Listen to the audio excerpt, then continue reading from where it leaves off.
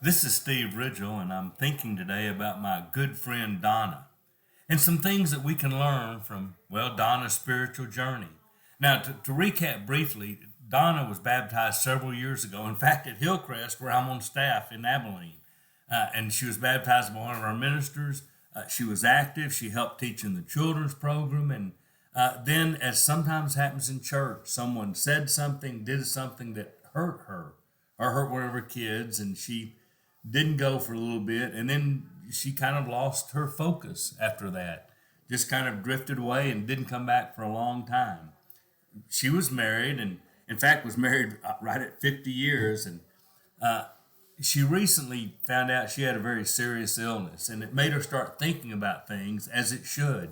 Now, in God's wisdom, he had put a next door neighbor to her that was a passionate believer. In fact, it's Jenny, the children's minister at Hillcrest. And so Jenny was walking through this illness journey with her and loving on her and having us pray for her. And then Donna's husband suddenly got really sick. Her husband of 50 years.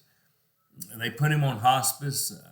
Jenny asked, and they allowed me to come up there. And so I prayed with them, visited some, and her husband passed. It was a short, quick, brutal time. Jenny and I, of course, went to the funeral. And so as Donna processed all that, and in the middle of all this too, she has a brother.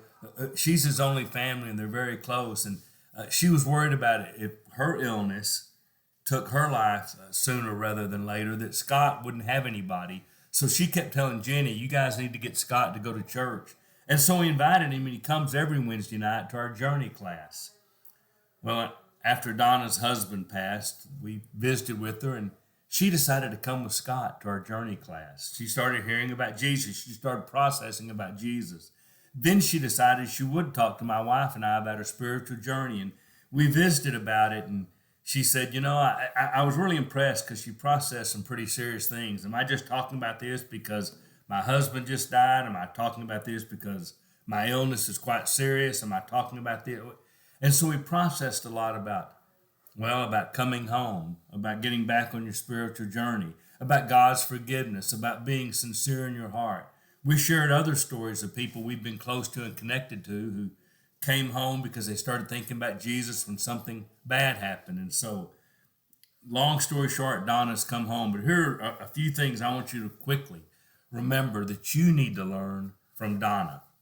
One is, when God gets your attention, pay attention. It may be you may be caught in a sin, you may lose a job, you may have a serious illness, a loved one may die. Lots of things happen that make you think about God and, and eternity and coming to Jesus or coming back to Jesus. Pay attention to those. I love Donna because she was mature enough and sensitive enough and sharp enough to process that and to pay attention to God.